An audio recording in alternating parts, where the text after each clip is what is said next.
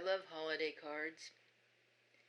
As a kid, I would spend hours looking at the garland of cards that draped my grandma's fireplace. It was fascinating to see who sent which cards. They were gilded and glittered gifts of acknowledgement.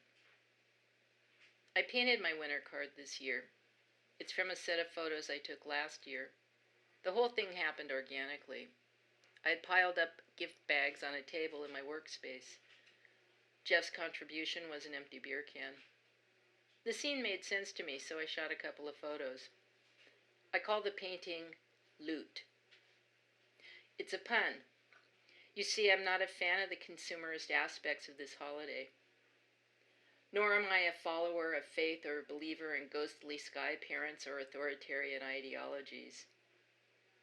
And I happen to think that fat man who knows when I'm sleeping and awake is not only a creep, he's a fucking stalker. Many years ago, Jeff and I lived in a loft in downtown Los Angeles. We lived in the basement of a historic building that had once been a church. At that time, I was working at a commercial printing company as a production artist. I was a token weirdo in the art department, which worked one of two ways. Either you loved me or you hated me. Sergio, one of the production managers, had it in for me.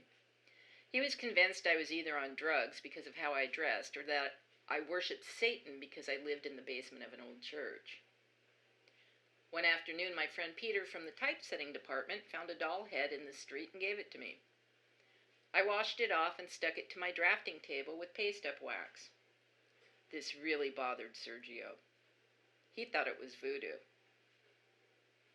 The art department used a magnet board to track job packets through the production process. On a particular Friday, Sergio was at the magnet board talking shit, as usual, when the board fell from the wall. It made a huge clatter when it hit the ground and the magnets scattered everywhere. I started to laugh. Sergio turned around and looked at me. I crooked my bewitching finger at him and said, "Friday the 13th!" Because it was. He gathered up the magnets and put the board back on the wall and left the department in a big hurry. A few minutes later, my boss came in to tell me that Sergio had to go home for the day because he thought I put a hex on him. We both had a good laugh. I have a wicked sense of humor, but I'm not evil. There was a time before I had language. The world around me was filled with magic and wonder. A flower was a marvel. Dust particles dancing in the golden afternoon light mesmerized. My mother could turn me into a barefoot, flower-eating rhino by placing a rose thorn on the tip of my nose. Consciousness was complete immersion in the present. A funny thing happened on my way to atheism. Well-meaning people assume I lost my humanity along with my memory of all that I have studied and experienced.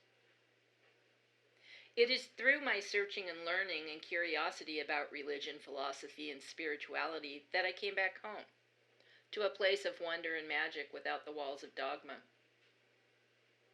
Dogma is for bullies. Besides, what's so funny about peace, love, and understanding? There is a joy in the presence of art making that defies vocabulary. As my easel sits in liminal space, I am present and selfless. A good scout, I'm always prepared to do the work, to dig, to struggle, explore, and play. There is no attachment to technical or aesthetic perfection.